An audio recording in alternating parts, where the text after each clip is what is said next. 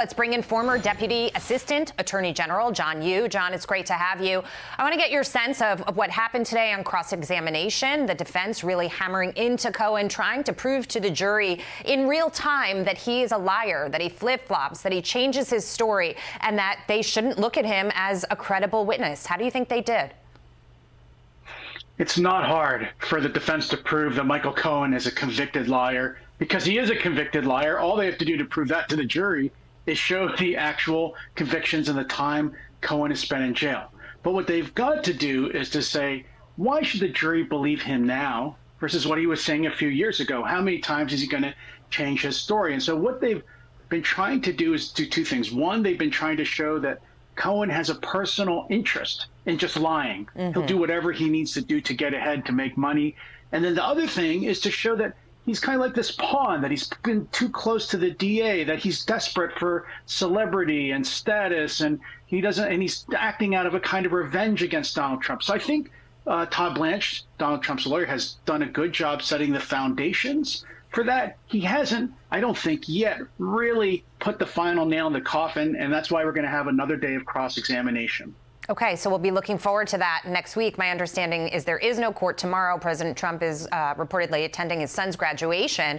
Having said that, he did make some comments outside the courthouse just moments ago. Please listen. And again, if it was going to be brought, it should have been brought years ago. You know, they're trying to rush to get it done before the election so that they can harm me, so they can hurt their political opponent. They're rushing. All this rush. There's no rush. These trials take forever. But this one, they're rushing it. We're here at early in the morning and we leave in the evening. Now the judge wants to extend the time periods so that we can get this thing done fast before the election. A lot for many parties to gain out of getting this done and rushing it through, John. To your point, Michael Cohen making a lot of money off of the circus that's been created here. But for the Democrats also, the president is claiming this is election interference. Donald Trump actually is lucky that this is the first case that went forward, because it's by far the weakest case. You can see it's weak not just on the facts and that the case relies really just on the credibility now of Michael Cohen, but it's also extremely weak on the law. Seems to be no crime here that has yet been proven.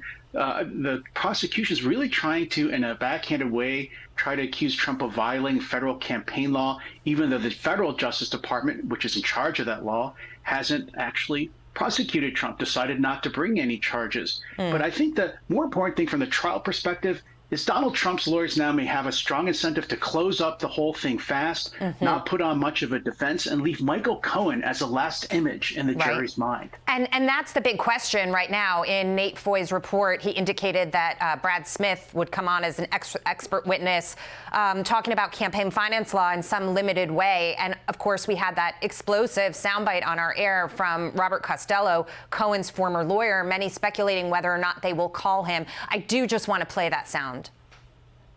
He kept on saying over and over again, 10 to 20 times, I swear to God, Bob, I don't have anything on Donald Trump. And then when we got into the discussion of the Stormy Daniels NDA, he said specifically, and I cross-examined him on this was my idea.